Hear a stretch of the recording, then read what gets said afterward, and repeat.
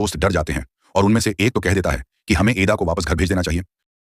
लेकिन माया ऐसा नहीं चाहती थी, क्योंकि माया को पता था एदा कितना एक्साइटेड है इस ट्रिप के लिए और उसे इसके बाद कभी परमिशन भी नहीं मिलेगी।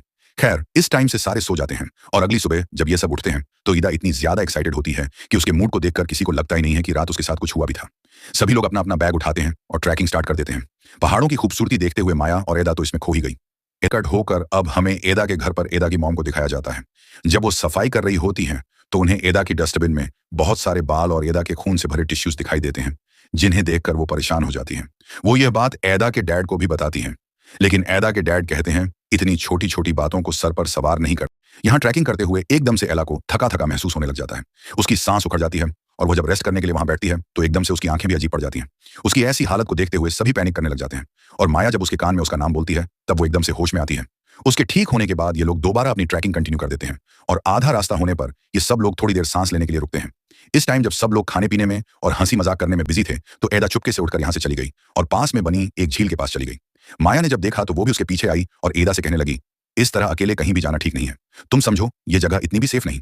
इधर जैसे ही उसकी तरफ मुंह करती है तो माया यह देखकर डर जाती है कि उसके हाथ किसी चुड़ैल की तरह काले पड़ गए थे और लंबे हो गए थे और उसकी आंखें बिल्कुल सफेद पड़ चुकी थी।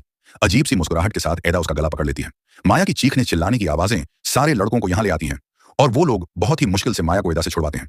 जैसे ही एदा माया को छोड़ती है, माया को झील के बिल्कुल दरमियान में एक लंबी बूढ़ी एंटिटी दिखाई देती है।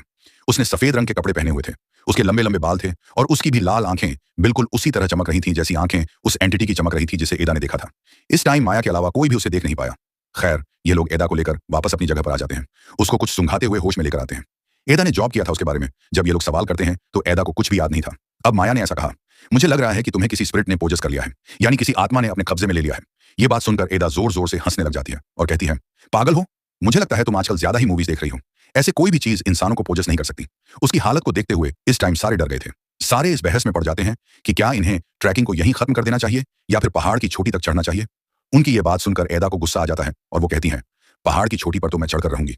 मेरे पास पहली और आखिरी मर्तबा ये मौका है। मैं तो इस मौके को हाथ से जाने नहीं दूंगी।